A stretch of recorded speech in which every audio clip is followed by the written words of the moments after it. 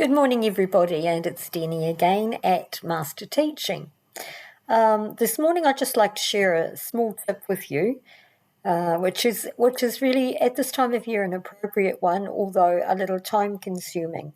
But I was thinking this morning very much about transitioning and the transition from primary school to intermediate school and from intermediate school into high school.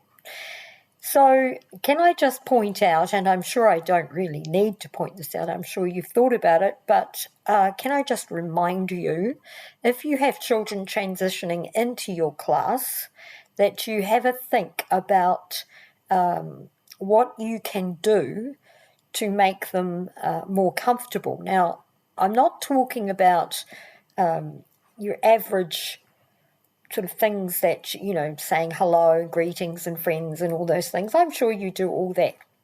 But there's one thing that is really very apparent when you go and watch children who are transitioning, and that is their discomfort, the fact they're out of their comfort zone, and the ways in which this could be made easier by teachers. Now, depending on the maturity of the child and on the background of the child, on whether the child has been exposed to other schools and other places and a wide variety of people and a lot of change, this has a lot of different impacts. But I have to say that on some children, it is extremely impactful.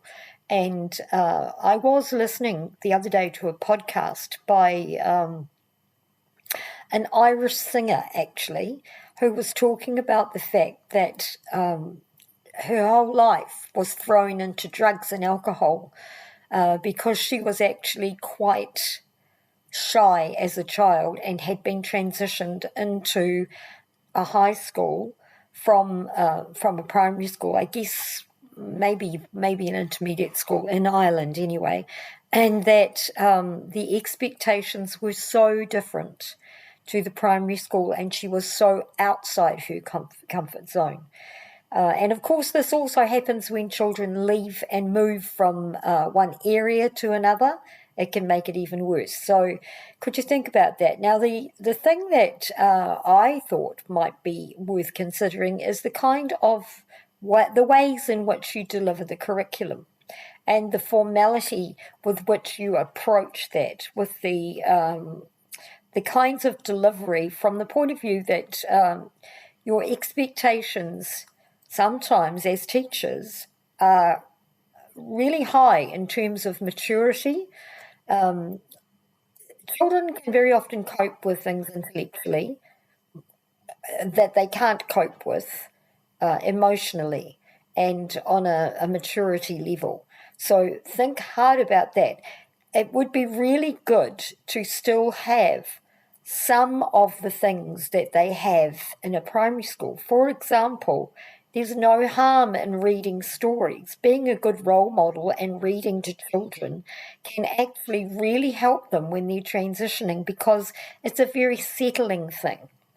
And also, I mean, it has tremendous educational value, but quite apart from that, you can use it in various ways to get across lots of concepts, lots of ideas, extend vocabulary.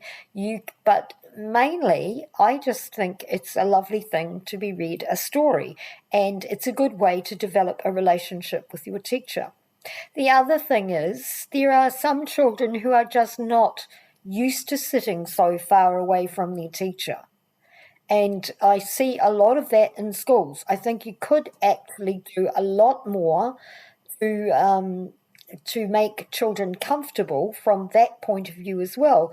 And I'm well aware that you go up and see them and talk to them and try to make friends with them, build relationships with them. I'm well aware you're doing all that, but there are some formalities about the curriculum, the environment, let's say, in intermediate schools and in high schools, which are quite shocking to children who've had no experience of this previously. So, and the transition should surely also come from the other end as well, and that these children could be made more ready for it.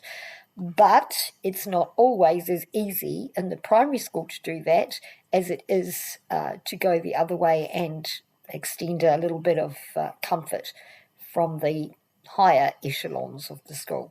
Okay, so that's my tip for today. I hope that helps you in some way. I'm doing my best to give you some little bits and pieces which might make your life a little bit simpler. Something to think about over the holidays because you have children transitioning over this period coming up. So think about what you can do to relieve their discomfort. See you later. Bye. Like and subscribe.